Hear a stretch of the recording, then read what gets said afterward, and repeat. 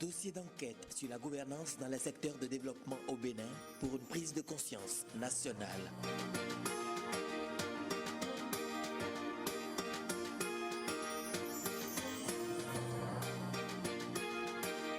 Une série de débats citoyens présentés par le journal La Croix du Bénin et l'ORTB avec l'appui de l'OSIWA.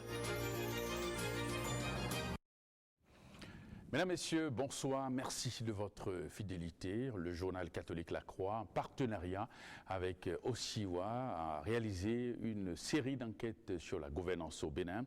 Et ce soir, nous allons essayer de décrypter les résultats de l'investigation sur l'insécurité au Bénin, l'impuissance du gouvernement, les populations qui se sentent abandonnées. Eh bien, pour aborder ce sujet, nous avons sur ce plateau le père Crépin Akakpovi. Il est le directeur de publication du journal La Croix. Bonsoir, mon père. Bonsoir. Et nous avions ensuite en face de lui un journaliste de La Croix également, Guy Komlan Dosuyovo, celui-là même qui a conduit l'investigation. Guy, bonsoir. Bonsoir. Et merci d'accepter de venir sur notre plateau. Merci. Alors, je voudrais bien vous demander, monsieur Guy Dosuyovo, ce qui a pu vous motiver à réaliser cette enquête sur l'insécurité au Bénin. Je rappelle aux téléspectateurs que cette émission n'a rien à voir avec les récentes mesures prises par le gouvernement pour essayer donc d'améliorer la situation au plan sécuritaire. Merci, chers confrères, et merci à tous nos téléspectateurs. Je dois rappeler que l'émission que nous réalisons ce soir s'inscrit dans le cadre des dossiers d'enquête que l'hebdomadaire catholique La Croix du Bénin a commencé depuis quelques années, bientôt 2 ans et plus, et que donc nous sommes à la dernière enquête d'une série de 10, commanditée donc par la fondation OSIWA. Et donc, ce dossier donc, a pour titre montée de l'insécurité au Bénin, le gouvernement impuissant, les populations désemparées.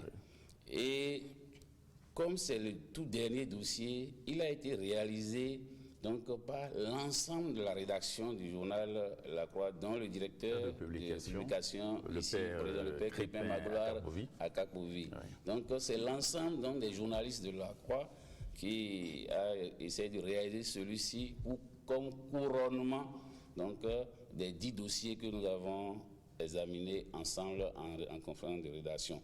Donc, nous sommes là où je suis là dans un rôle de porte-parole pratiquement de la rédaction sous le regard bienveillant donc, du directeur de publication. Cela dit, ce dossier, pour le résumer, nous a conduit en 6 papiers différents pour bien le décortiquer, à savoir que l'impuissance du gouvernement qui effraie les citoyens. À ce niveau, par exemple, nous avons décrit une situation de braquage parce que le dossier s'inscrit lui-même dans cette montée vertigineuse du banditisme et du braquage que nous observons dans notre pays depuis peu et surtout depuis l'avènement du nouveau gouvernement. C'est comme si on attendait que ce gouvernement s'installe. On attendait que ce gouvernement s'installe pour l'accueillir par autant de violence. Donc nous sommes basés un peu sur ça pour décrire une situation réelle. Ceux qui vont lire le journal pourront découvrir la situation dont nous parlons, comment ces divorcés sociaux opèrent. Nous avons essayé donc de faire vivre nos lecteurs à travers cela, comment ils mettent au respect tout le monde pour opérer. Donc c'est pour dire que quand on parle d'impuissance, c'est que face à cela, il n'y a pas de réaction. Et ça s'opère, ils surprennent partout. Ils surprennent partout, à tout moment, pendant que les policiers ou nos forces et agents de sécurité se mettent à tel endroit et on les voit, ils se débrouillent dans la société, dans la ville, vous les voyez. Pendant ce temps, les autres savent comment opérer. Donc c'est pour ça que nous avons mis l'accent sur cette impuissance, parce que les citoyens se disent, mais les agents de sécurité sont quand même là. Nous les voyons à l'œuvre, mais comment se fait-il que ceux-ci opèrent si facilement? Donc, c'est par rapport à ce premier papier. Le verre est dans le fruit, c'est que c'est le deuxième papier donc, du dossier. De ce dossier. Dans ce second papier, nous avons essayé donc d'analyser un peu la collaboration qui devrait exister entre les forces de sécurité publique et les populations. Et nous avons eu, je ne sais pas si c'est malheureusement ou heureusement, un témoignage poignant qui nous a marqué, celui d'un gendarme à la retraite et lors d'une table ronde, d'une causerie entre eux, retraités des forces de sécurité, qui dit précisément que c'est pratiquement une confession qu'il nous fait, en disant que un citoyen qui informe un agent de sécurité d'une situation d'insécurité quelque part pour qu'on puisse rapidement régler, ces citoyens se voient finalement vendus. On le vend du moins à son... L'informateur devient finalement la victime des malfrats. C'est le policier ou l'agent de sécurité qui le doit au malfrat pour dire c'est grâce à lui que j'ai pu vous atteindre. Et finalement, les populations se demandent s'ils sont encore bien protégés en voulant aider la police à faire son travail. Surtout que chaque fois qu'ils arrêtent quelqu'un, chaque fois qu'ils opèrent, il y a un refrain qui revient souvent dans les reportages que nous faisons, c'est que nous demandons, c'est la conclusion souvent des reportages, ils demandent toujours aux populations de les aider à toujours mieux faire, à collaborer. Donc cette collaboration n'est pas franche, pas franche quelquefois. Ouais. Ce n'est pas tout le monde qui le fait, mais c'est ainsi, on l'entend d'un colonel à la retraite, c'est quand même important de le souligner. Nous l'avons souligné dans notre document.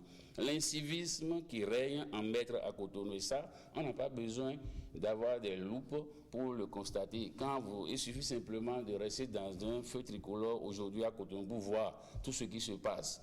Et ça, nous avons observé. Nous avons voulu dans ce dossier être pratique, être plus proche des populations en recensant simplement nos petits comportements, nos réactions dans la circulation, dans les grandes villes, pour montrer qu'il nous reste, quand bien même il y a des choses à reprocher au pouvoir, il nous reste également à nous autres aussi, notre responsabilité est tout à fait engagée. Oui, mais guide sur quelle est la méthode que vous utilisez sur le terrain? Avant d'aller aux méthodes, les sévices hors la loi et la vindicte populaire. Ouais.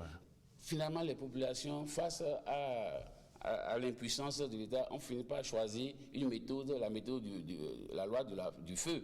C'est-à-dire brûler alors celui qui nous attaque, et ça, c'est à proscrire. Absolument, la vindicte populaire. La vindicte populaire. Les élus locaux aussi se sont plaints. C'est-à-dire, ils se disent on les a laissés à eux-mêmes, et donc ils se débrouillent. Ouais. Ils se débrouillent en mettant des brigades anti-insécurité dans les nuits, et une enquête rapide a montré également les limites de c'est parmi eux que se recrutent encore les braqueurs. Ceux qu'on veut arrêter. Et donc nous avons fini par la protection sociale, et c'est aussi une forme de sécurité, et à ce niveau, nous avons constaté que nous ne sommes pas toujours à l'aise avec nos employeurs, les travailleurs. On a constaté dans nos enquêtes que est-ce que la loi du travail est respectée aujourd'hui? Est-ce qu'elle est bien respectée aujourd'hui? Est-ce que tout le monde se sent à l'aise au bureau dans l'exercice de ces métiers? Donc voilà par rapport au dossier que nous avons réalisé et qui a été couronné par un encadré.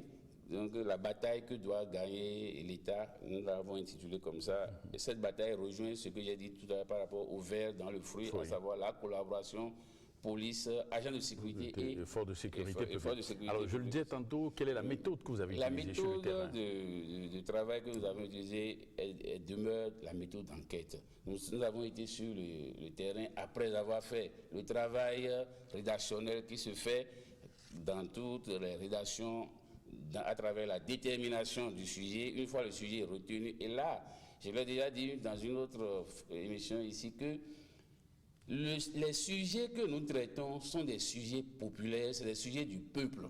C'est le peuple qui nous a choisi ces sujets-là parce que c'est une représentation de ce peuple-là à travers des confrères, des doyens.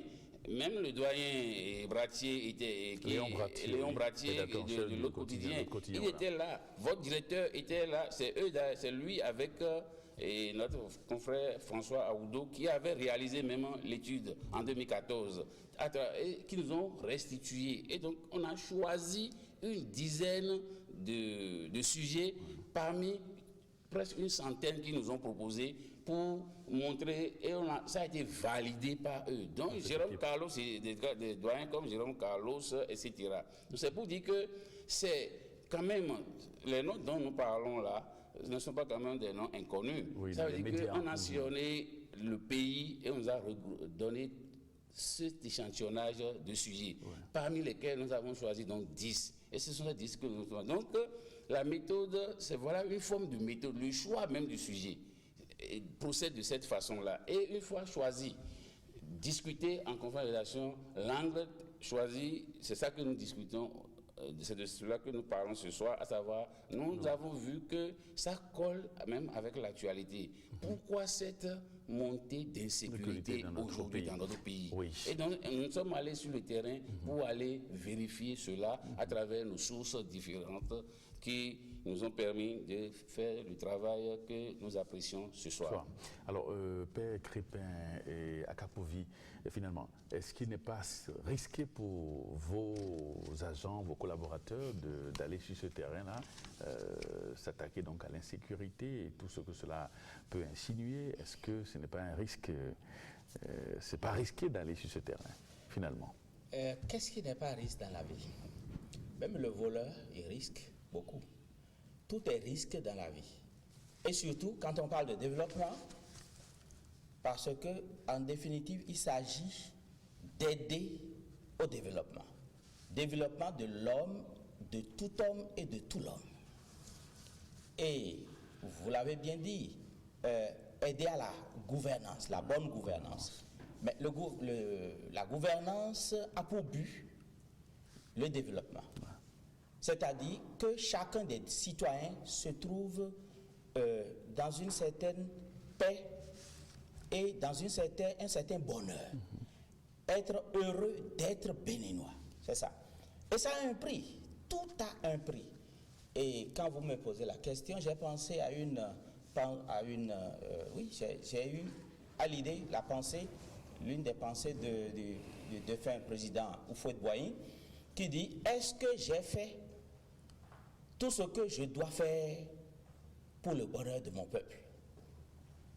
C'est ça. C'est-à-dire que ce qui fait problème chez nous au Bénin, c'est que nous n'avons plus le patriotisme qu'il faut. Souvent, on pense tellement à soi qu'on sacrifie l'intérêt collectif. Mais soi-même, en tant qu'individu, on n'est pas heureux sans la société. Alors, si la société a des problèmes, il faut... Mais nous parlons des agents de sécurité. Chacun des agents de ces corps-là, policiers, gendarmes, etc., s'ils pensaient à leur propre sécurité, ils n'allaient pas s'engager. Donc, je pense bien à la sécurité des miens, à ma propre sécurité, mais non, ce n'est pas moi qui ai eu l'initiative de ce projet, mais toute structure est continuité. On dit l'État est continuité, mais l'Église aussi est continuité. Mon célèbre prédécesseur, Père à son âme, le Père André Quenom, c'est lui qui a eu l'initiative. Mais bon, en cours de route, il n'a pas pu publier le premier dossier avant de rejoindre la maison du Père éternel. Mais l'Église étant aussi continuité, on m'a confié cette charge et je l'assume. Oui. Alors, mais je l'assume de façon responsable, non pas la protection. On ne cherche pas à être imprudent. Par exemple, nous parlons sécurité. Mais chacun des 10 dossiers est un dossier très sensible. Et si je suis ici aujourd'hui, vous avez vu, mon nom n'apparaît pas dans les dossiers généralement, mais ça ne veut pas dire que je n'y travaille pas. Mais je viens ici en tant que coordonnateur parce que je sais que c'est un sujet extrêmement sensible. Mais comme je le dis, chacun des 10 dossiers est très sensible, mais les informations que nous avons, nous ne les livrons pas tous, en effet. Nous ne livrons pas toutes les informations que nous avons.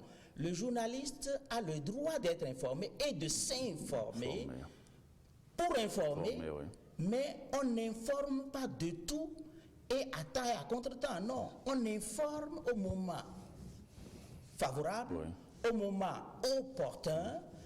Le journalisme, d'après moi, c'est d'abord l'information. C'est-à-dire, il faut s'informer, il faut être au courant. Vous informer les autres, vous voulez parler des principes fondamentaux de la profession. Surtout ce sujet-ci de la sécurité, c'est la grande muette, n'est-ce pas? Évidemment, je rappelle à nos téléspectateurs que nous aurions pu avoir sur ce plateau un représentant des forces de sécurité, mais pour des raisons administratives, celui qui devait donc représenter les forces de sécurité n'a pas pu se libérer. Nous devrions en avoir 3. Et ils ont souhaité venir aussi. Nous ne les accusons pas. Il faut la hiérarchie, il faut respecter la hiérarchie, c'est ça. Ils n'ont pas, pour raison de procédure, on n'a pas pu obtenir l'autorisation de leur hiérarchie. C'est pour ça qu'ils ne sont pas là.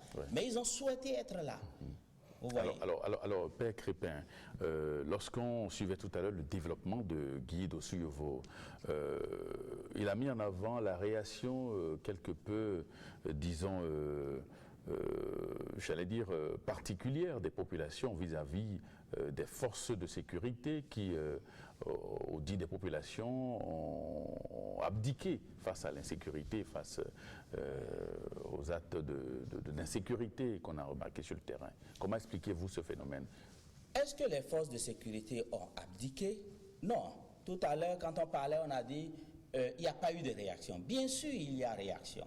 Ils font ce qu'ils peuvent faire dans la mesure de leurs possibilités, de leurs moyens. Mais dans certains cas, Père Crépin et Kapovi, on a le sentiment qu'ils ne réagissent pas comme ils on l'aurait souhaité. Il y a toujours réaction. Mais il n'y a pas de réaction efficace. C'est ça le problème. Il n'y a pas d'efficacité. Et dans plus d'un domaine dans ce pays, nous ne visons pas l'efficacité. On est dans l'à peu près. Dans l'à peu près. L'à peu près n'est pas un résultat. C'est le résultat qualitatif qui est résultat. Nous ne visons pas la qualité dans notre pays. Et quand je dis cela, c'est l'agent, c'est à chacun des agents que je parle. C'est-à-dire, dans leur engagement, ils doivent viser la qualité. Et se demander, comment pourrais-je donner le maximum, le meilleur de moi-même dans ce que je fais pour la qualité. Pour la qualité. Mais alors, pour cela, il faut aussi que l'autorité mette à leur disposition les moyens qu'il faut. Vous voulez parler du gouvernement. Nous parlons gouvernement, mais nous sommes ici dans un domaine où il doit y avoir collaboration. Le gouvernement, c'est qui le gouvernement? Bon, j'allais dire l'État. Le gouvernement, on sait qui sont les gens qui le constituent. Mais disons, de façon générale, l'État, c'est chacun d'entre nous. C'est tout le monde et c'est chacun d'entre nous. Donc, ceux qui représentent l'État ont besoin de notre collaboration, c'est-à-dire la représentation individuelle de l'État doit se dire, je dois viser la qualité. Mais dans le même temps, l'État doit donner le minimum qu'il faut comme moyen humain. Quand des policiers ou des gendarmes, des agents de sécurité doivent intervenir, il faut un certain nombre. S'ils sont 2, 3, ça ne suffit pas. Ils sont 2, 3. Si les braqueurs, eux, ils sont une dizaine, lourdement armés.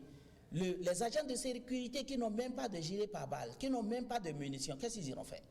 Alors, on m'a dit qu'il y a eu des braquages où on a vu des policiers sur les lieux et au moment où les braquages ont commencé, ils se sont déshabillés rapidement pour s'infiltrer dans les... Puis la peau d'escampette. Ça veut dire quoi? Ils n'ont pas les moyens. Ils n'ont pas été non plus formés comme il faut. Pour faire face. Parce que les moyens, c'est l'homme d'abord. Même on peut sans armes, si on est bien formé, défendre les gens, les citoyens, s'ils sont attaqués. Le premier moyen du policier ou du gendarme, de l'agent de sécurité, c'est sa psychologie d'abord. Comment est-ce qu'il réagit devant une situation? Si lui-même a peur, c'est fini. Mais alors, je dis moyens humains, il faut qu'ils soient en nombre suffisant. Il faut qu'ils aient les moyens matériels aussi et moyens financiers. On sait que dans le domaine de la sécurité, les États, tout État au monde consacre au moins, je ne dirais pas la moitié de son budget, Mais une bonne partie. mais une bonne partie, une partie consistante de son budget à la sécurité. Où est-ce que nous en sommes? L'État fait des efforts. Tout à l'heure, vous dites que on parle de montée de l'insécurité. Nous avons dit qu'on a eu l'impression que les braqueurs ont attendu que le nouveau gouvernement, le gouvernement du nouveau départ, s'installe pour venir. Non, puisque les sujets ont été choisis depuis au moins 2 ans, sinon plus. Avant Ça veut l'avènement dire que, voilà. du nouveau pouvoir. Voilà, et Guido Siovo a bien dit comment nous avons procédé. C'est les sommités du journalisme. Journalisme d'investigation qui sont allés sur le terrain, qui ont observé et qui nous ont dit voici là où il faut mettre le doigt pour que quelque chose change. Non pas pour accuser, mais pour accompagner. Pour accompagner. Il y a un phénomène, par exemple, qui, on peut le dire, un peu comme corollaire de l'insécurité ou de manque de réaction, de réactivité des forces de sécurité publique, la question de la vindicte populaire. Comment l'appréhendez-vous, Père Crépin? La vindicte populaire, je dirais, c'est ça qui fait l'aveu de l'échec de nos structures judiciaires, les structures chargées de la sécurité, mais aussi les structures judiciaires. Ouais. L'aveu d'échec, l'impuissance, l'incapacité dont nous parlons se trouve là. On sait que la vindicte populaire, c'est une affaire de désolation, c'est-à-dire c'est quand les populations n'ont plus aucun recours, qu'elles réagissent de façon expéditive. J'allais dire même de façon animale. On dit l'homme, l'être humain est un animal rationnel, c'est-à-dire un animal mais doté de raison. La civilité fait appel à la raison.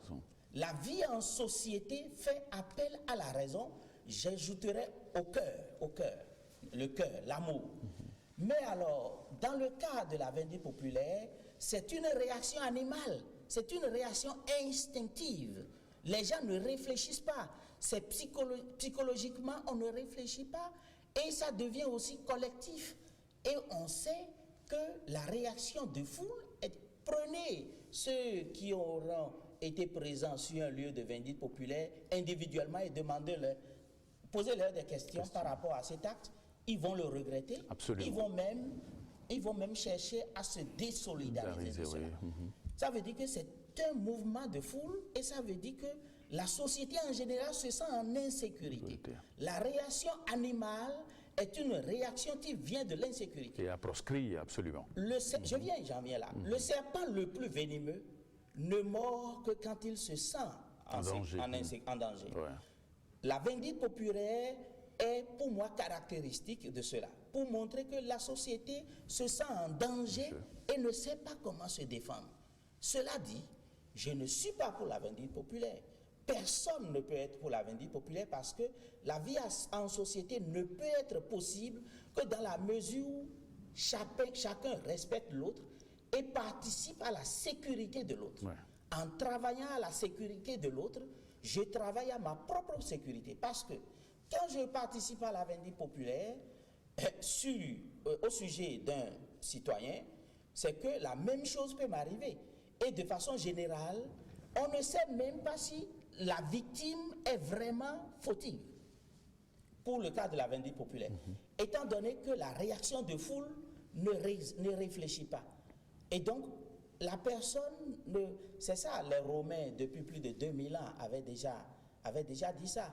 Est-ce que notre loi permet de juger, de condamner quelqu'un sans l'avoir entendu? La vindicte populaire ne donne pas l'occasion à l'accusé ou présumé accusé de se défendre, de se justifier. Et parfois, c'est des innocents qui subissent cette loi-là. C'est pour cela qu'on ne peut pas être pour ça. Même quand ils sont réellement fautifs, si nous voulons vivre en société, non, il faut leur donner l'occasion de s'exprimer, de se justifier et aussi de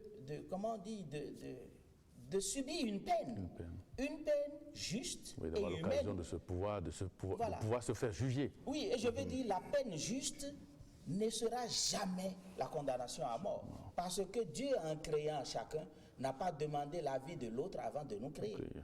Il a créé chacun sans l'avis des voisins, ni même de l'intéressé. Donc, nul n'a le droit d'ôter la vie à qui que ce soit au nom de quelque raison que ce soit. Alors Guy de Survaux, on a senti dans votre développement tout à l'heure une crise de confiance entre les populations et les forces de sécurité. Comment expliquez-vous cet état de choses? Bon, est-ce que moi je pourrais l'expliquer?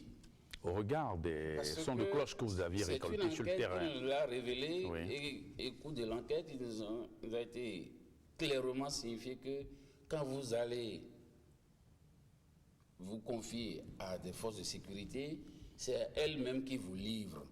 Ça a créé, la crise de confiance est née de cette façon-là, et nous avons eu une confession publique au moins de cela, que nous avons rapporté même dans notre papier. Mais cette crise de confiance peut s'expliquer aussi par le fait que, n'étant pas compétent, la question de la formation dont le père vient de parler, ça peut s'expliquer par cette question de formation, parce que si quelqu'un est bien formé, même s'il a des difficultés dans ce genre, ce n'est pas à lui, c'est comme nous, journalistes, ce n'est pas toute source que nous livrons.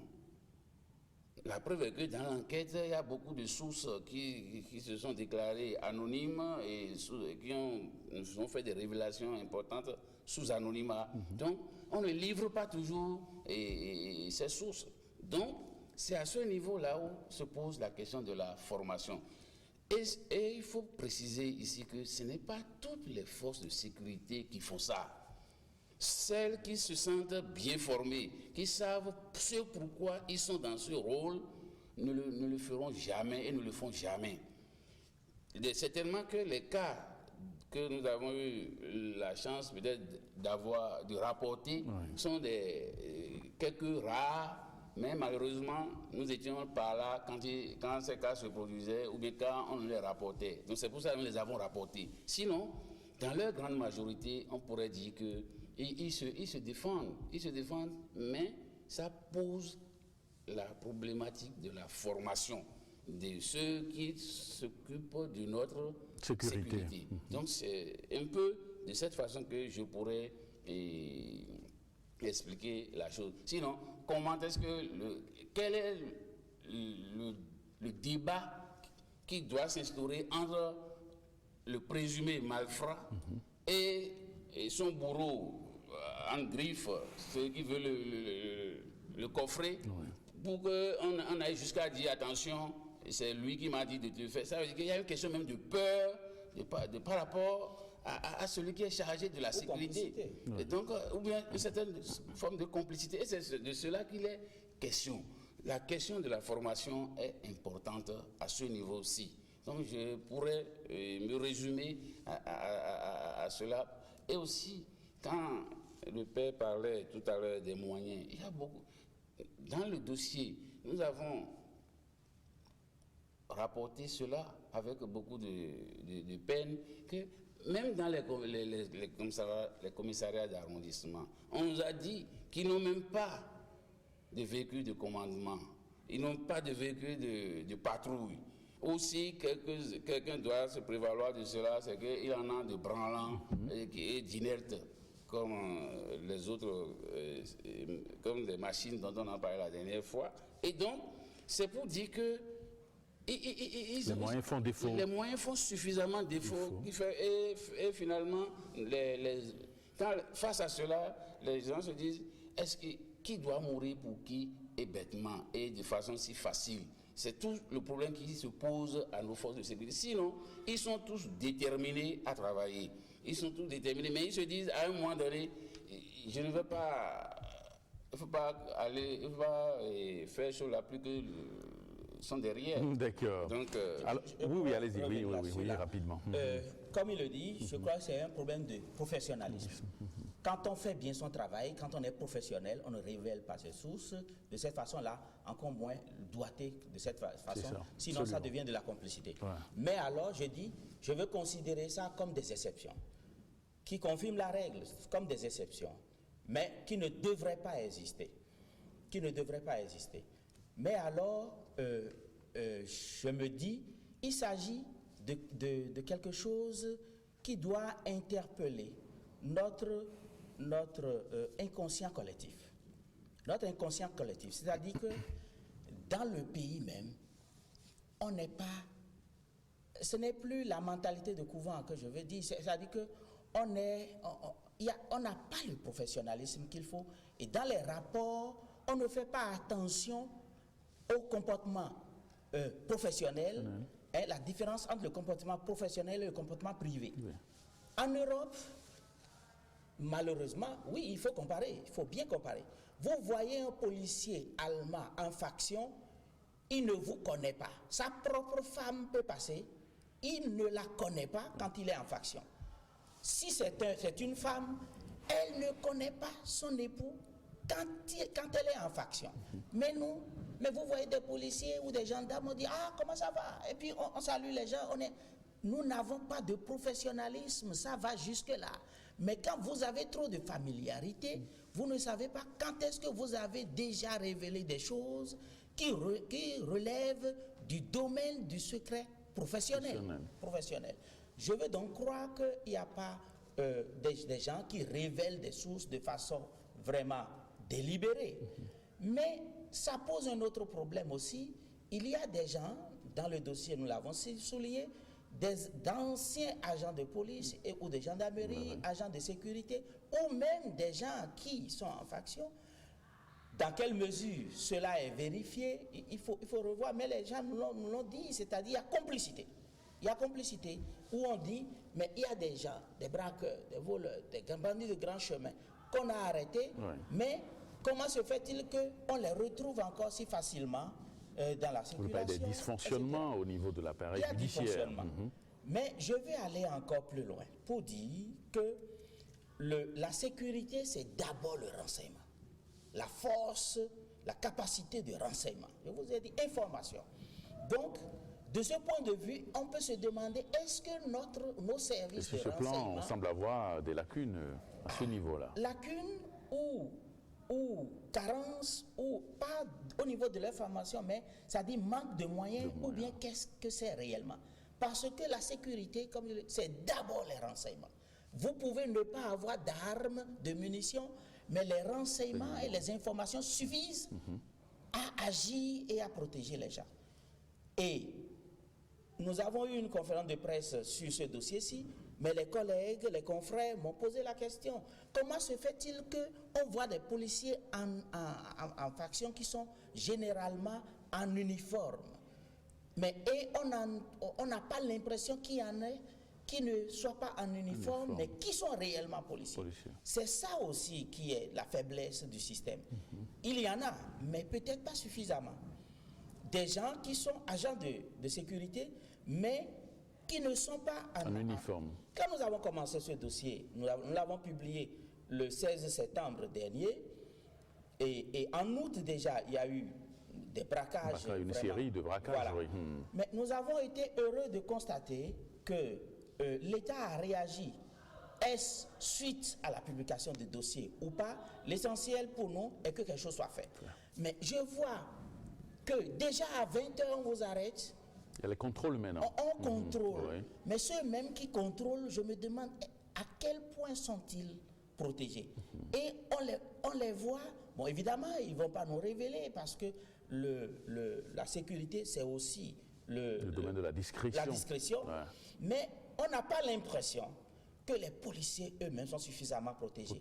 Et je leur ai dit un jour, mais vous agacez plutôt les populations, les gens qu'il faut vraiment contrôler, vous ne les contrôlez pas.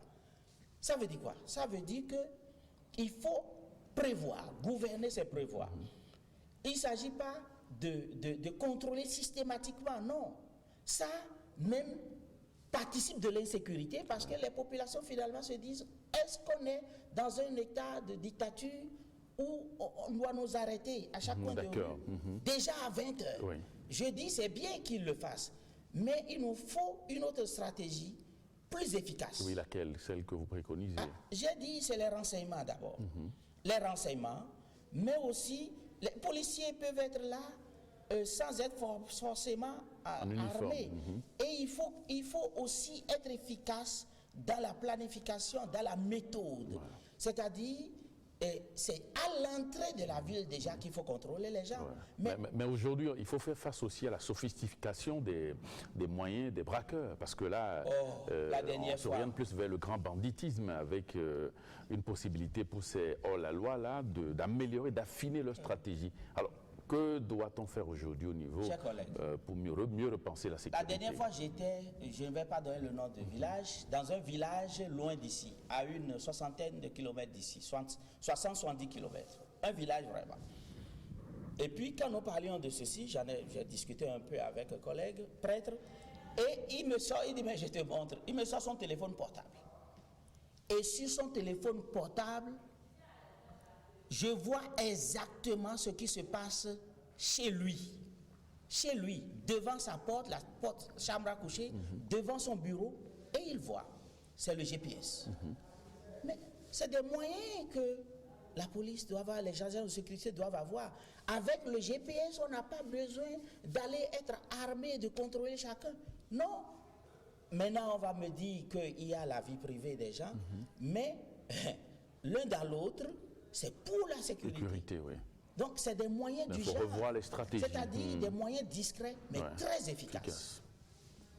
Donc, cela veut dire qu'on doit revoir aujourd'hui complètement notre stratégie sécuritaire. C'est ce que vous voulez quelque chose préconiser. Se fait avec le gouvernement du nouveau départ, le directeur général de l'une des structures qui devrait être là, ou l'un des directeurs généraux qui devrait être là, nous a dit, mais non, moi je veux venir vous dire que la situation a évolué. Évidemment, on a remarqué. Et là, on l'a remarqué. Mais je dis, il ne faut pas que ce soit... pas dormir... Et voilà, il ne faut pas dormir sur ses lauriers. Et il faut être plus efficace.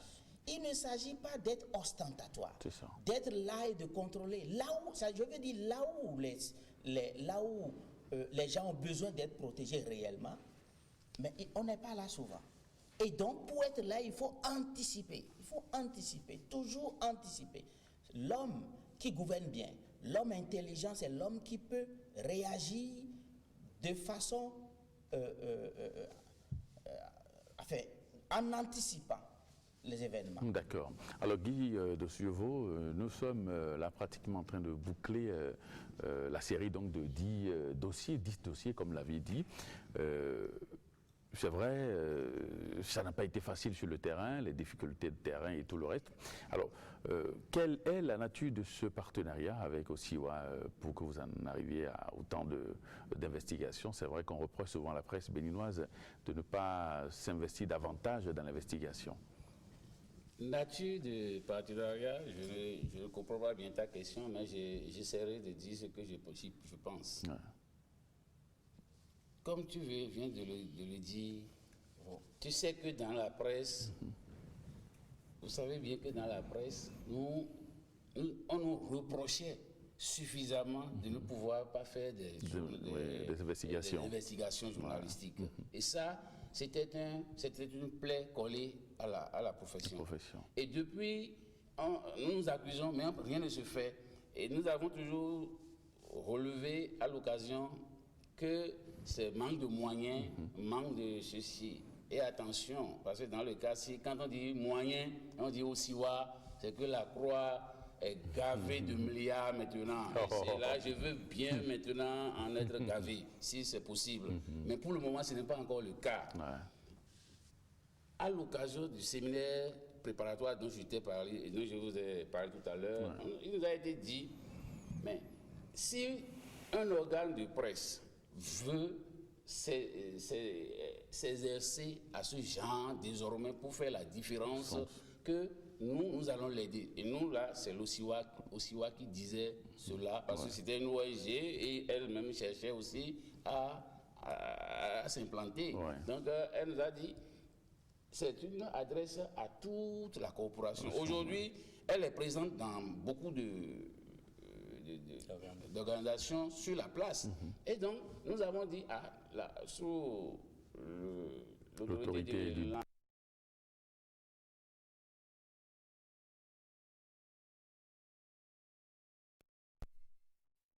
l'autorisation, sous le regard du père André Quenom, père à son âme, nous avions dit, nous allons nous essayer à cela. Et c'est dans ce cadre que nous avons accepté de faire et dit, moi je pourrais vous aider, je peux vous aider en matière de logistique, tout au moins.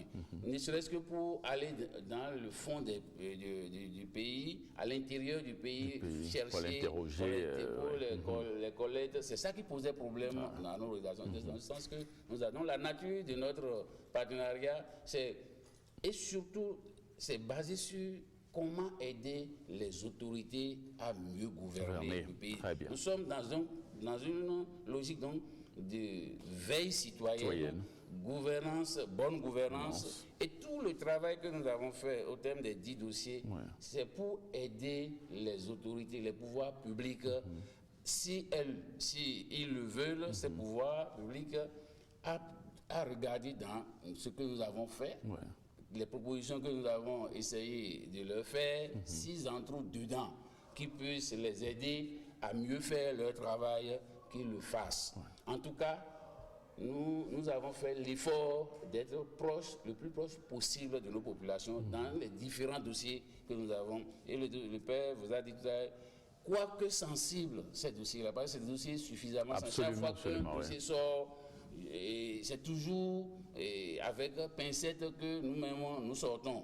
Donc, celui-ci, le père vous a dit, s'il m'a accompagné sur le plateau, c'est pour que je puisse rentrer sain et sauf tout à l'heure. D'accord. Parce que oui, Père Crépin Akapovi, nous sommes pratiquement au terme de cette émission. Votre mot de la fin?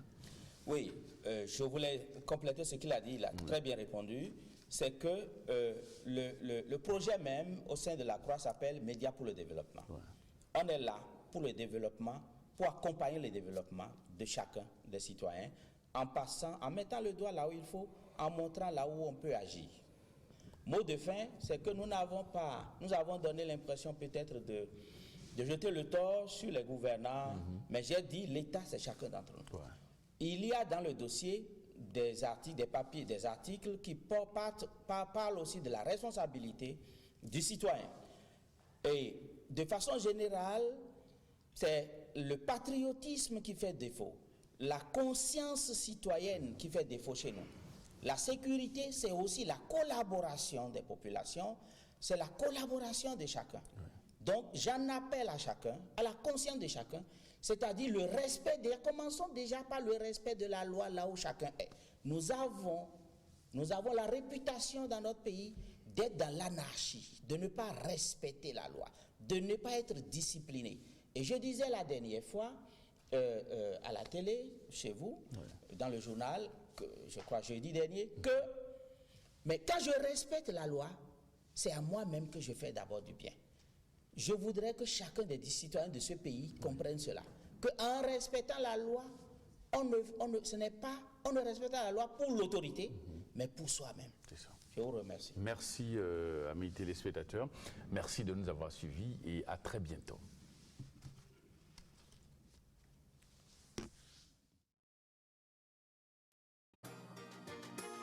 Dossier d'enquête sur la gouvernance dans les secteurs de développement au Bénin pour une prise de conscience nationale.